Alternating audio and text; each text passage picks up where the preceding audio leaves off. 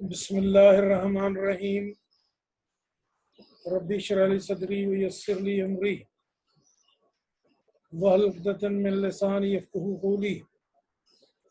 अल्लाहुम्मा सल्लि अला सय्यिदिना मुहम्मद व अला आलिहि व इतरतिहि व अदद कुल्लि मालूमिन लका व क़द्र अज़मत ज़ातिका फ़ी कुल्लि वक़्तिन व हीन। तमाम लोग अपने माइक बंद कर दें। तमाम लोग अपने माइक बंद कर दीजिए।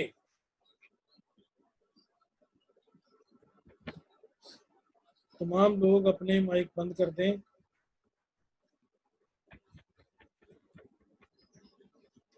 आवाज आ रही है सबको? तमाम लोग अपने माइक बंद करें। Ladies and gentleman, economics of Pakistan की क्लास में मैं आपको खुशामदीद कहता हूँ।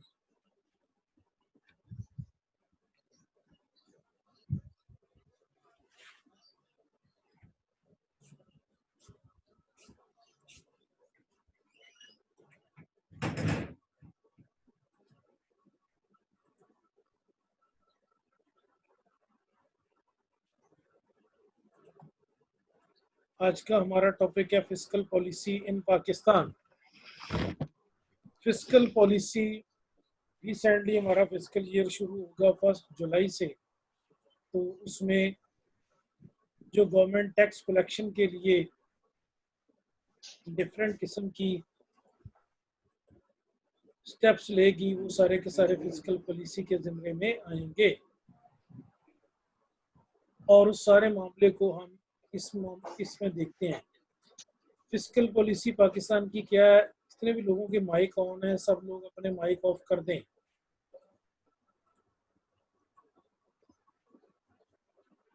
कुछ गवर्नमेंट की रिसीट्स होती हैं और कुछ गवर्नमेंट के एक्सपेंडिचर होते हैं। During the current year which is starting from 1st of July and ending on every 30th of June, the government prepare budget for the country.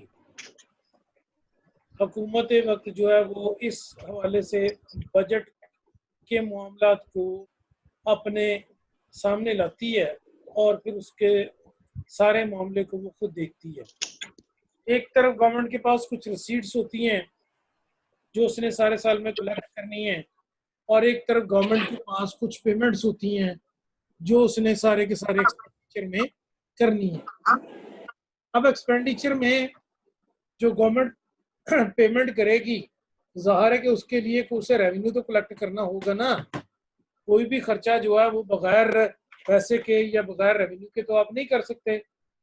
अगर आपने किसी भी किस्म की कोई पेमेंट करनी है तो you must be having money in your pocket. कुछ पैसे तो आपके पास होने चाहिए, तभी आप इसकी पेमेंट कर सकेंगे। जब हम गवर्नमेंट का बजट देखते हैं तो उसमें जो गवर्नमेंट की रिसीट है उसके कुछ सोर्सेज हैं और जो पेमेंट गवर्नमेंट ने करनी है उसकी कुछ डिटेल है। जब गवर्नमेंट ने पेमेंट करनी है तो उसके पास कुछ फंड्स होने चाहिए। कुछ फंड्स तो टैक्स रेवेन्यू से कलेक्ट होके आ जाएंगे, कुछ फंड्स जो हैं वो कैपिटल नेचर के होंगे। अगर हमारी नीड पूरी नहीं हुई तो कुछ हमें लोकल बोरिंग करनी होगी, और अगर कुछ नीड पूरी हो गई है हमारी तो हमें फिर जाहिर है कि बोरिंग की जरूरत पेश नहीं आएगी। और अगर हमारी नीड लोकल बोरिंग के बावजूद पूरी नहीं हो पा रही तो फिर हम क्या करेंगे, हम फिर कुछ एक्सटर्नल बोरिंग करते हैं या फिर सेल्फ फाइनेंसिंग करते हैं या फिर कोई डेफिसिट फाइनेंसिंग करते हैं ताकि हम अपनी वो नीड्स जो है उनको पूरा कर सकें। तो इन नीड्स को पूरा करने के लिए गवर्नमेंट ने एक रिसीट लिस्ट बनाई होती है। The government receipt consist of following 4 sources. Government की जो रिसीट लिस्ट है वो दर्जा झैल 5 सोर्सेज पर मुश्तमिल होगी। Number 1 revenue receipt, net of provincial share के जितनी भी सूबे हमारे चारों गिलगित बलूचिस्तान और पाकिस्तान के ये चारों सूबे, ये सारे के सारे मिला के हम अपना बजट प्रिपेयर करते हैं और यहाँ से रेवेन्यू कलेक्ट करते हैं। ये रेवेन्यू कलेक्ट होके सेंट्रल गवर्नमेंट के पास आता है और सेंट्रल गवर्नमेंट जो है वो इसके ऊपर क्या करती है, फिर सेंट्रल गवर्नमेंट सारे मामला इसको कलेक्ट करके, कुछ टैक्सेस फेडरल गवर्नमेंट के होते हैं, कुछ टैक्सेस सूबाई गवर्नमेंट के होते हैं। जो सूबाई गवर्नमेंट के टैक्सेस हैं वो सूबाई गवर्नमेंट कलेक्ट करती है। जो फेडरल गवर्नमेंट के टैक्सेस हैं जिसमें वो आपकी सारी की सारी कस्टम ड्यूटी है, सारे का सारा सेल टैक्स है, ये फिर गवर्नमेंट ऑफ पाकिस्तान यानी फेडरल गवर्नमेंट कलेक्ट करती है और इसको सारे को सम करती है कि जनाब इसकी सारी की क्या पोजीशन है, इसको मामले को वो देखती है अपने लिए। नंबर 2 हमारे पास कुछ कैपिटल रसीट्स आती हैं। कैपिटल रसीट्स क्या होंगी, ये भी गवर्नमेंट ऑफ पाकिस्तान को मुख्तलिफ सोर्सेज से ये रिसीव होंगी। अभी हम इनकी डिटेल भी आगे जाकर देखते हैं कि क्या इनकी डिटेल है और कैसे इनको आप कलेक्ट करते हैं। इसके बाद कुछ एक्सटर्नल सोर्सेज होंगे हमारे। एक्सटर्नल सोर्सेज में हमारे पास जो है वो बाज़ का तो हेल्प होगी, एड होगी, या फॉरेन जो हमारे पाकिस्तानी भाई वहाँ काम कर रहे हैं वहाँ से कुछ फंड हमें आते हैं। और उसके बाद फिर आगे आता है self financing by autonomous bodies. तो जो कोई कुछ ऑटोनोमस बॉडीज़ हैं जिस तरह यूनिवर्सिटीज़ हैं या इसी तरह के कुछ नीम आज़ाद कुनिंदा बैंक्स वगैरह हैं, वहाँ पर वो अपने रिसोर्सेज खुद कलेक्ट करते हैं और खुद जो अपनी फंडिंग करते हैं और खुद अपने जो है वो सारे मामले के तहत काम करते हैं। नंबर नेक्स्ट, गवर्नमेंट रिसीट के बाद नेक्स्ट हमारे पास आता है रेवेन्यू रिसीट पहले नंबर पे कि अब प्रोविंशियल नेचर की क्या सूरत हाल है, इससे इसका शेयर नेट कैसे किया जाता है। इन Pakistan the heavy dependencies upon revenue receipts, about 65 to 70%, even more than this, of the revenue is estimated to be drawn by the government from the revenue receipts. तो कुछ टैक्स रेवेन्यू, कुछ surcharges, कुछ income tax, कुछ जनाब sale tax, कुछ capital financing, कुछ इस तरह के जो टैक्सेस हैं इससे गवर्नमेंट ये सारे के सारे चीज़ें कलेक्ट करती है। कुछ कस्टम ड्यूटीज, कुछ और तरह के लगा के टैक्स, कुछ ये सारे के सारे फेडरल गवर्नमेंट जो है इससे बजट रेवेन्यू का 70% 75% जो मामला है वो सारे का सारा गवर्नमेंट यहाँ से कलेक्ट करती है। अच्छा जी, जब ये पैसे कलेक्ट होके आते हैं तो इसमें हमें जो सारा मामला देखना पड़ता है वो कुछ इस तरह से होता है कि इसमें से प्रोविंशियल शेयर भी कुछ होगा और बाकी जो फेडरल शेयर है। तो प्रोविंशियल शेयर जो टैक्सेस की सूरत में गवर्नमेंट को मिलता है वो एक्साइज ड्यूटी की शक्ल कोई हो सकती है, वो जनाब नेक्स्ट हमारे पास कोई और इस तरह की कोई शक्ल हो सकती है। कुछ रेवेन्यू जिस तरह पंजाब रेवेन्यू डिपार्टमेंट है ये टैक्सेस होटल से, कुछ इस तरह तालीमी इदारों से और जगह से कलेक्ट करता है, तो इसी तरह की कुछ कलेक्शन इनकी भी हो सकती है। तो बार ये कहना कि जी ये टैक्सेस जो हमें आएंगे ये गवर्नमेंट का एक सोर्स है, इससे गवर्नमेंट ने वो सारे का सारा मामला देखना है कि भाई किस तरह वो अपने रेवेन्यू के रिसोर्सेज को जनरेट करे। Number next, tax revenue. Income tax revenue सबसे पहले हमारा सोर्स है। As you know very well, course शायद आप पढ़े इनकम टैक्स का आगे में आके मुझसे, तो उसमें ये सूरत हाल है कि जो गवर्नमेंट ऑफ पाकिस्तान है जो टैक्स रेवेन्यू कलेक्ट करती है वो इनकम टैक्स से कलेक्ट करती है। इनकम टैक्स क्या होता है,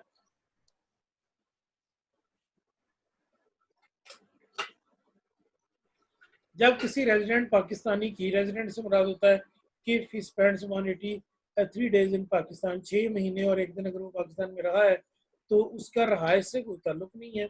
that person is treated for the purpose of income tax as resident, he और she has to pay taxes here.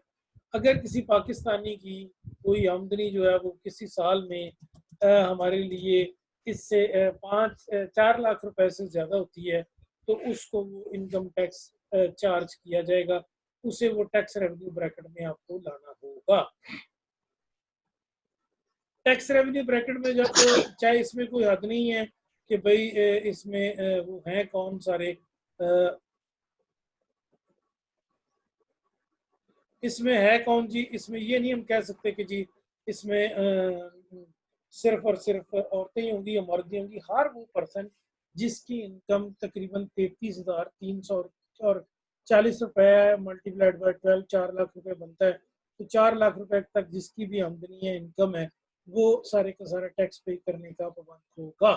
और उसका टैक्स, अब इस टैक्सेशन रूल ये कहते हैं, जैसा कि मैंने पढ़ाया भी है, कि टैक्सेशन रूल ये कहते हैं कि जब कोई बंदा किसी जगह से कोई इनकम जनरेट करता है और उसका वो परमानेंट सोर्स ऑफ इनकम है, यानी वो सैलरी ले रहा है या इनकम फ्रॉम प्रॉपर्टी ले रहा है, 5 हेड है इसके: salary income, property income, income from business, income from capital gain and income from other sources. तो अगर इन पांचों हेड में उसकी आमदनी जो है वो 4 लाख रुपए से ज्यादा होती है, तो जो उसको पेमेंट करने वाला है उस इनकम की, गवर्नमेंट ऑफ पाकिस्तान उसे कहती है कि जी आप जो है वो इसका इनकम टैक्स काटें यहाँ पर। तो उसका इनकम टैक्स वहां पर डिडक्ट किया जाता है और वो मंथली बेसिस पे होगा। जिस तरह मुझे अब जीसी यूनिवर्सिटी से सैलरी मिलती है, तो जीसी यूनिवर्सिटी से जितने मुझे पैसे मिलते हैं उन्होंने उसको मल्टीप्लाइड बाई 12 किया। 12 करने के बाद उसने देखा कि अगर यह इनकम 4 लाख रुपए से ज्यादा है साल में, तो उन्होंने मेरा टैक्स कैलकुलेट किया। टैक्स कैलकुलेट करने के बाद उन्होंने उसकी किस्तें की 12, हर महीने मेरी इनकम सेल टैक्स जो है इनकम टैक्स इसमें से डिडक्ट हो, हर महीने इसमें से मेरा इनकम टैक्स डिडक्ट हो रहा है। और इस इनकम टैक्स डिडक्शन की सूरत मुझे नजर आती है कि ये मैंने पे कर दिया। ये जाता है फेडरल गवर्नमेंट को। इसी तरह वेल्थ टैक्स, अगर एक आदमी की वेल्थ बहुत ज़्यादा एक्सीड कर गई है तो उन्होंने उसके लिए शेड्यूल रखा हुआ, उसके मुताबिक तो उसको वेल्थ टैक्स भी पे करना पड़ता है। तो वेल्थ टैक्स या इनकम टैक्स जो है वो पे करना पड़ेगा आपको, और ये सारे का सारा आपकी फेडरल गवर्नमेंट जो है वो कलेक्ट करती है। फेडरल गवर्नमेंट ने इसको कलेक्ट करना है और इसके बाद अपने पास उसने जमा करना है, और जमा करने के बाद फिर वो at the end of the year बात करती है। नंबर 2, इनकम सेकंड है नॉन टैक्स रेवेन्यू। ये टैक्स रेवेन्यू हर साल आएगा, हर साल देना पड़ेगा। जब भी आपकी इनकम एक्सीड करेगी आपको पे करना पड़ेगा। 4 लाख इसकी लिमिट है, ज्यादा से ज्यादा की कोई हद नहीं। स्लैब सिस्टम मौजूद है, स्लैब में आप फॉल करेंगे और आप इनकम टैक्स की पेमेंट करेंगे। दूसरा है non tax revenue. Non tax revenue क्या होता है? It includes income from government property and enterprise and receipt from civil administration and other functions। जो गवर्नमेंट के डिफरेंट डिपार्टमेंट्स हैं वो जो इनकम जनरेट करते हैं, वो सारी की सारी इनकम नॉन टैक्स रेवेन्यू होगी। सपोज की गवर्नमेंट की कुछ प्रॉपर्टी है, उसने वो रेंट आउट की है, काफ की कुछ प्रॉपर्टी है उसने रेंट आउट की हुई है, तो एयरपोर्ट रेंट आउट किया हुआ है, कुछ इस तरह गवर्नमेंट के पार्किंग हाउसेज हैं, वहां से कोई इनकम आ रही है, कोई और जरिए है नॉन टैक्स रेवेन्यू को कलेक्ट करने का, वो तो सारे का सारा इस नॉन टैक्स रेवेन्यू की कैटेगरी में आएगा। दूसरा, ये पहला हमारे पास सोर्स था टैक्स रेवेन्यू और नॉन टैक्स। नंबर 3 है हमारे पास सरचार्ज। सरचार्ज क्या होता है? सरचार्ज होता है कि जब आप कोई चीज़ इम्पोर्ट करते हैं बैरून मुल्क से, तो उस इम्पोर्ट के नतीजे में आप उसके ऊपर अपना टैक्स लगाते हैं, वो सरचार्ज कहलाता है। जैसे बाहर से ऑयल गैस हम इम्पोर्ट करते हैं, तो इस कैटेगरी में ऑयल गैस की इम्पोर्ट में हमें फिर कुछ ना कुछ government of Pakistan tax charge करती है, वो सरचार्ज कहलाएगा। नेचुरल गैस पे है, पेट्रोलियम पे है, तो ये सारे की सारा इसी कैटेगरी में कॉल होगा। तो पहला जो था वो सोर्स हमारा वो था tax revenue, non tax revenue और सरचार्ज। इन तीनों कैटेगरी से गवर्नमेंट सारा साल फंड्स कलेक्ट करती है, all the year, all the year, all the time. तो ये सारे का सारा जो है टैक्स कलेक्ट किया जाता है, और इस टैक्स को कलेक्ट करने के बाद गवर्नमेंट अपने पास रिटेन करती है। कोई सवाल पूछना चाहते हैं आप लोग बीच में?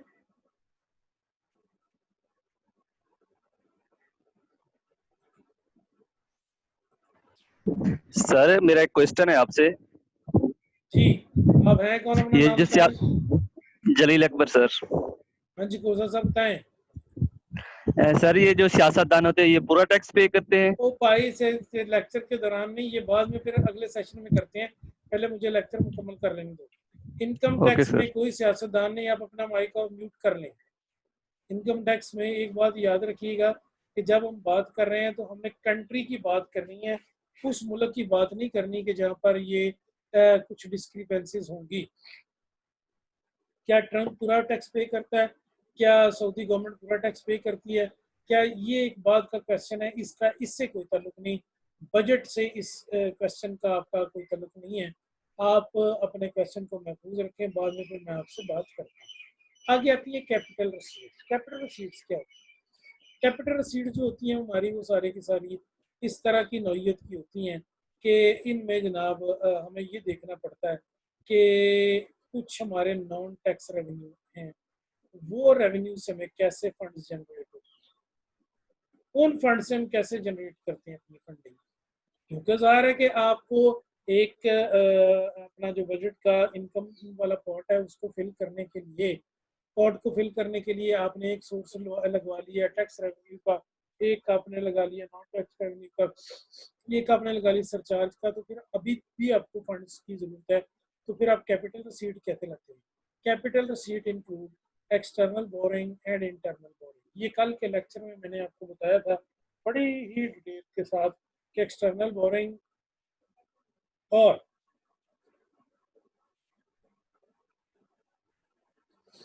और इंटरनल बोरिंग जो होती है ये आपकी जो इंटरेस्ट बेरिंग भी हो सकती है, नॉन इंटरेस्ट बेरिंग भी हो सकती है। इसके ऊपर प्रीवियस लेक्चर में हमने बड़ी डिटेल में बात की कि 1 साल के होंगे तो ट्रेजरी बिल स्टेट बैंक जारी करेगा, फिर अगर नहीं है तो फिर गवर्नमेंट ऑफ पाकिस्तान फॉरेन सस्कूल बॉन्ड्स के जरिए पैसे हासिल करती है।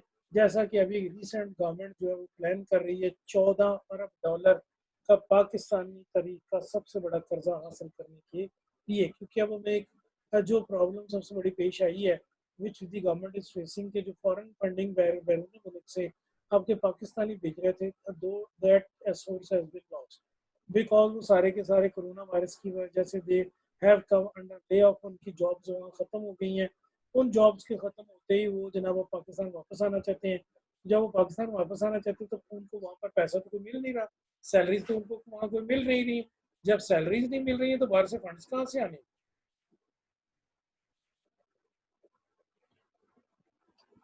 तो गवर्नमेंट इसमें ये बात देखती है कि आप किस तरीके से कैपिटल रसीद को बढ़ा सकते हैं। Number next external resources. अभी एक्सटर्नल रिसोर्सेज क्या है और इंटरनल रिसोर्सेज क्या है, इसकी सारी कैफियत क्या है, इस सारे को हम कैसे हैंडल करेंगे, इस सारे मामले को हम कैसे देखते हैं, ये सारी चीज़ें अभी इस स्लाइड के अंदर आपके साथ डिस्कस की जा रही है। एक तो ये है कि जब हमने एक्सटर्नल फंडिंग की बात करनी है तो दुनिया में मुख्तलिफ एड क्लब हैं, पेरिस एड क्लब है, सऊदियन एड क्लब है और इस तरह के एड क्लब हैं जो गरीब मुल्कों को लोनिंग करते हैं। रिसेंटली पाकिस्तान के ऊपर 30 जून को तो 10 अरब डॉलर का कर्जा जो है वो पाकिस्तान ने पे किया है। इसी तरह की पहली इंस्टॉलमेंट अभी इस जून में भी पे करनी थी। तो जो पेरिस क्लब है उसने पाकिस्तान के कर्जे को तो वेव ऑफ तो नहीं किया लेकिन इनको एक्सटेंशन दे दिया टाइम में, क्या आप ये जो इंस्टॉलमेंट है ये हमें पे करने till 31 December.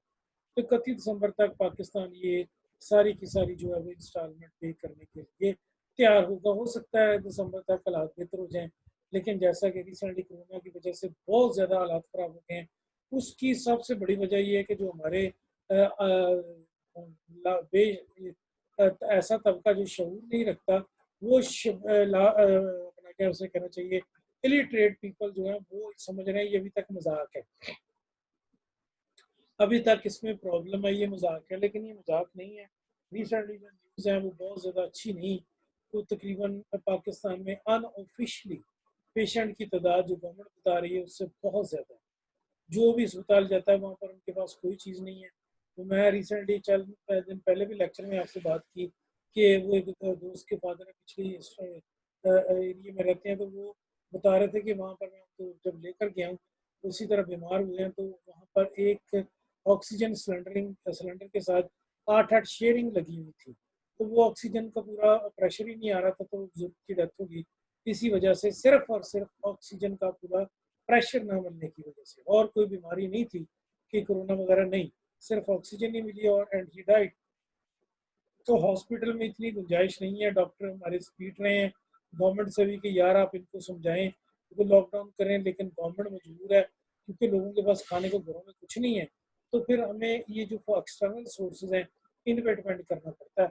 External sources are loan and grants which come from various resources. Number one, कंजोर्शियम।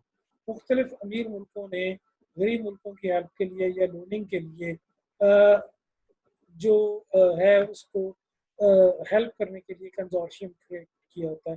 कंजोर्शियम एक ऐसा सोर्स है जिसमें 5-10 मुल्क मिलके एक फंड क्रिएट करते हैं, वहाँ से फिर वो इन गरीब ममालिक को एड देते हैं या अंडर डेवलप कंट्रीज को या डेवलपिंग कंट्रीज को। इसकी दो कैटेगरीज है, नंबर 1 बायलैटरल दो तरफा और नंबर 2 मल्टीलेटरल, जिसमें काफ़ी ज़्यादा ममालिक की एड शामिल होगी। दो तरफा क्या होगी और अभी हम इसको देखेंगे बाद में। Non consortium sources of loans and grants mostly provide bilateral aid, जिसमें आपने बात की कि जनाब मुझे IMF से लोन चाहिए, एक तरफ IMF एक तरफ आपका तो ये बायलैटरल, एक तरफा वर्ल्ड बैंक एक तरफ आपका तो ये, एक तरफ एशियन डेवलपमेंट बैंक है और आप एक तरफ जनाब कोई सऊदी बैंक है और आप एक तरफ कोई चाइनीज बैंक है और आपका मुल्क है, तो ये सारे के सारे नॉन कंजोर्शियम बेस के कहलाते हैं। तो उसके बाद जनाब नंबर नेक्स्ट है Islamic aid. Bilateral aid from Islamic countries came from Saudi Arabia, Kuwait, Qatar, Turkey and Iran extra. इन ममालिक से हमें कोई इस्लामिक एड भी मिल जाती है बाज़ औक़ात कि हमें हेल्प की ज़रूरत पड़ती है, तो वो ये लोग फंडिंग फ्राहम कर देते हैं, जिसके लिए हम ये इस्लामिक एड से अपना गुजारा कर लेते हैं। और ये जो जितने भी हमारे डेवलपिंग कंट्रीज़ हैं, अंडर डेवलप कंट्रीज़ हैं, इनको वो फंड्स फ्राहम करते हैं। सऊदीया पाकिस्तान में काफ़ी एड देता है, काफ़ी हेल्प करता है, काफ़ी लोगों को, काफ़ी मदरसों की हेल्प की जाती है, काफ़ी गवर्नमेंट के जो प्रोजेक्ट हैं उनकी हेल्प की जाती है। Self financing by autonomous bodies. Self financing by autonomous bodies क्या होती है? Self financing by autonomous body का मतलब है this is actually the surplus left after meeting all the expenses of these bodies. This surplus is available to the government for revenue and development expenditure. तो development expenditure के लिए और self financing के लिए ये जो है नॉन टैक्स रेवेन्यू जो गवर्नमेंट जो है वो करती है। जिस तरह हमारी GC यूनिवर्सिटी है या जिस तरह हमारी पंजाब यूनिवर्सिटी है या जिस तरह हमारी कायदे आज़म यूनिवर्सिटी है, तो इन बॉडीज़ को इस जो है ऑटोनोमस करार दे दिया गया। एग्रीकल्चर यूनिवर्सिटी है, इनको ऑटोनोमस करार दे दिया गया। अब ये अपनी मर्जी से अपनी फीसेस कलेक्ट करती हैं, फंड्स रखती हैं और उसके बाद कुछ ग्रांट इनको गवर्नमेंट जो है वो दे देती है डेवलपमेंट एक्सपेंडिचर के लिए। बाकी ये अपने रेवेन्यू के लिए बजट वगैरह कलेक्ट खुद करती हैं, अपनी सैलरीज, अपनी जो रिसर्च वगैरह के प्रोजेक्ट हैं R&D के स्कॉलरशिप्स वगैरह, उसके लिए ये सारा मामला खुद देखती है। This is actually the surplus left after meeting all the expenses of these bodies. The surplus is available to the government for revenue and development expenditures. फिर वो गवर्नमेंट को दे देते हैं, जनाब लो जी हमारा तो काम पूरा हो गया, अब ये कुछ सरप्लस बचा पड़ा है। ना भी दें तो गवर्नमेंट को इख्तियार होता है कि वो इस काम को करें। रिसेंटली गवर्नमेंट जो है वो यूनिवर्सिटीज़ के वाइस चांसलर के इख्तियारात और सिंडी के इख्तियारात कम करके वहाँ पर जो है वो अपना इख्तियार बढ़ाना चाहती है, ताकि वहाँ पर से जनाब वो जो है ना जी फंडिंग किसी तरह का मिस यूज़ किया जा सके। बहरहाल एनीवे आगे बात को बढ़ाते हैं। Expenditure and revenues. अच्छा जी, क्या तरीकाकार होगा एक्सपेंडिचर और रेवेन्यूज का? एक तरफ आपका एक्सपेंडिचर है, एक तरफ आपका जो है वो रेवेन्यू है। पाकिस्तान की ये बदकिस्मती है कि यहाँ पर हमें पूरा रेवेन्यू कलेक्ट नहीं हो पाता। पाकिस्तान की ये सबसे बड़ी बदकिस्मती है कि हमें यहाँ पर पूरा रेवेन्यू जो है वो कलेक्ट नहीं हो पाता। पता नहीं क्या वजह है। और मैं इस साल की बात नहीं करता, प्रीवियस ईयर की बात कर रहा हूँ। प्रीवियस ईयर में हमारा ग्रोथ रेट रहा है कि 5, 4.5, 5, 5.6 तक भी गया। फिर पिछले साल 2.5, 6 हो गया। फिर उसके बाद जनाब इस साल तो वो नेगेटिव में चला गया ग्रोथ रेट। इसकी क्या वजह है? कि गवर्नमेंट की पॉलिसीज इसकी वजह है या कि क्या सारा मामला ग्रोथ रेट इतना कम क्यों हो गया? ज़ाहिर अगर ग्रोथ ही नहीं होगी, इंडस्ट्री नहीं बनेगी, तो इंडस्ट्री नहीं लगेगी तो जॉब्स कहाँ से आएंगी? तो प्रॉब्लम ये है कि जब पाकिस्तान की रिसेंट गवर्नमेंट ने टेक ओवर किया तो उस वक्त हमारे कुछ मुल्की हालात इस तरह के नहीं थे। एक तरफ तो ये है कि चारों तरफ से हम न्यूक्लियर स्टेट्स में घिरे हुए हैं। आप देख रहे हैं Russia nuclear state, China nuclear state, India nuclear state, Iran के पास न्यूक्लियर है, हमारे पास आज खुद न्यूक्लियर है। इस तरह कोई दुनिया का मुल्क नहीं है जिसके पास न्यूक्लियर प्रॉब्लम है। और जो इस वक्त टेररिस्ट गवर्नमेंट जो है आई हुई है ये इंतहा पसंदों की, तो इन इंडिया में इसने कश्मीर का माहौल बहुत गर्म किया हुआ है। वहाँ पर तकरीबन जो है वो इतने को लोग हैं वो जो हॉस्टाइल हुए हैं पे उनका कोई पता लेना देना नहीं। गवर्नमेंट हर सूरत में ज़बरदस्ती कश्मीर को अपने साथ रखना चाहती है। उन्होंने अनेक्सेशन के लिए भी काम किया है, इसी वजह से उसका कुछ झगड़ा सरहदों का हो गया अभी रिसेंटली चाइना से, और उसके बाद नेपाल से। नेपाल का भी कॉमन बॉर्डर है ऊपर जाके चाइना से, तो वो नेपाल के साथ भी उसका कुछ झगड़ा हुआ इंडिया का, पाकिस्तान के साथ भी है। तो इस प्रेशर में वो जो गवर्नमेंट है वो हमें सुकून से बैठने नहीं दे रही, यानी डिफेंस का जो मैटर है वो बहुत ज़्यादा प्रॉब्लम हो गया। मुशर्रफ के दौर में कुछ इससे पहले भी हमारा इंडिया के साथ मुआहदा था कि जनाब नो वार पैक्ट करते हैं, लेकिन इंडिया की जो सोच है एक्सपेंशन की और पीछे उसे बैकअप हासिल है इसराइल से और अमेरिका से, वो किसी भी तौर पर उसे जो है ना जी वो चाहता है मैं किसी तरह सुपर पावर बन जाऊँ, मैं किसी तरह एशियन पावर बन जाऊँ, लेकिन यहाँ कोई भी बंदा उसकी किसी भी सूरत वो कबूल करने को तैयार नहीं। तो एक्सपेंडिचर के ऊपर एक नज़र डालते हैं कि हमारे एक्सपेंडिचर क्या और रेवेन्यू क्या। एक्सपेंडिचर ऑफ द गवर्नमेंट क्या है जी, नंबर थोड़ा ब्रेक करते हैं। गवर्नमेंट डेवलपमेंट एक्सपेंडिचर कुछ एस एंड जी को जा रहे हैं, सर्विस एंड जनरल एडमिनिस्ट्रेशन, ये जितने भी आपके डिप्टी कमिश्नर्स और जजेस और ये सारे के सारे मामले, jail manager, police, education, health, उसके बाद जनाब सोशल सिक्योरिटी, ये सारे के सारे मामला जो हैं वो जनरल एडमिनिस्ट्रेशन की कैटेगरी में आते हैं। Number 2 social services. Social services में जितने भी सोशल तरह के मामला हैं, पानी की खदमात हैं और तरह की मेडिसिन है और to helping to the poor है, ज़कात डिस्ट्रीब्यूशन है, आगे इकोनॉमिक सर्विंग है, ये उसके बाद फिर डिफेंस एंड सिक्योरिटी है। मुसल्लह अफवाज के बजट इस साल 1400 और कुछ अरब का है, हालांकि उनको इससे ज़्यादा की ज़रूरत है क्योंकि आपने वो 4th जनरेशन जेट फाइटर भी तैयार करना है। कमरे के अंदर वो तैयार हो रहा है जिसको आप कहते हैं जनाब ये JF-17 thunder 2 seat 2 pilot sitting capacity का भी जो पहला आपके पास है वो 3rd जनरेशन है। 3rd जनरेशन में आप एक ही पायलट यूज़ करते हैं, तो जो 4th जनरेशन है वो 55,000 के LBS पाउंड की उसका वजन होगा, डबल उसका एग्जॉस्ट इंजन होगा, और उसके बाद जनाब 2 पायलट उसमें बैठ सकेंगे। वो इंडिया के ये जो SU-30 है उसने रशियन के साथ लगाया हुआ है, या जो अमेरिका का F-35 है उसकी कैटेगरी में का वो जेट फाइटर होगा। इसी तरह कुछ आपको नेवी की हेल्प के लिए ज़रूरत है, इसी तरह तो कुछ आर्मी की हेल्प के लिए ज़रूरत है। 60 किलोमीटर का जो एरिया सेचन है वहाँ पर बहुत ज़्यादा महाज गर्म है 24 घंटे। कश्मीर से आप गाफिल नहीं है तो डिफेंस को ज़्यादा तवज्जो देने की ज़रूरत है। अगर हम डिफेंस को फंडिंग नहीं करेंगे तो हमारा हाल भी अल्लाह ना करे लीबिया, हमारा अल्लाह ना करे हमारा हाल भी फिर ये इजिप्ट, और फिर उसके बाद जनाब ये शाम सीरिया और इसी तरह का होगा जिन मुल्कों में डिफेंस स्ट्रॉन्ग नहीं होता, और इराक वगैरह की तरह फिर वहाँ ये नहीं आगे काम कर सकता। नंबर नेक्स्ट है गवर्नमेंट एक्सपेंडिचर। गवर्नमेंट की क्या एक्सपेंडिचर है? गवर्नमेंट एक्सपेंडिचर और government spending, all government consumption, investments and transverse payment, जितनी भी सारी पेमेंट है वो गवर्नमेंट ने अपने कैटेगरी से करनी है। नंबर नेक्स्ट है type of government expenditure, current और development.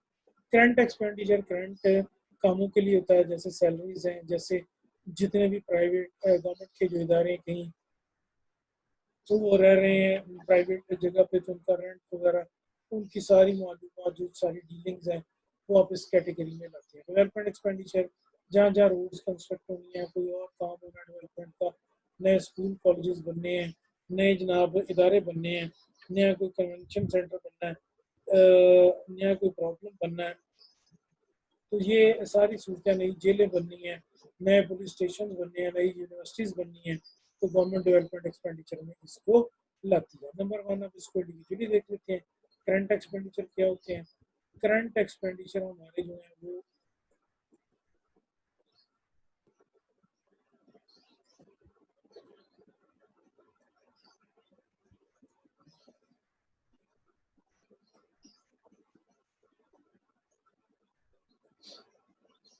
current expenditure. Current expenditure refer to the short-term spending that is fully expensed in the fiscal year in which it is incurred. जो जो खर्चे government ने करने हैं उनकी payment करें। They are in contrast to capital expenditure which refer to spending on long term assets and are capitalised and amortised over their useful life. हाँ, तो ये जो करंट एक्सपेंडिचर उनकी डिटेल है, सैलरीज है, वेजेस है, रॉ मटेरियल कॉस्ट है, तो इस तरह की कोई सूरत हाल है, तो ये सारे का सारा मामला इस कैटेगरी में हम देखते हैं। आगे हमारे पास आता है जी कि डेवलपमेंट एक्सपेंडिचर कौन कौन से हैं। तो डेवलपमेंट एक्सपेंडिचर में हम देखते हैं हमारे पास है पब्लिक सेक्टर प्रोग्राम, पब्लिक कहते हैं गवर्नमेंट के, public sector program and other name given to the development expenditure.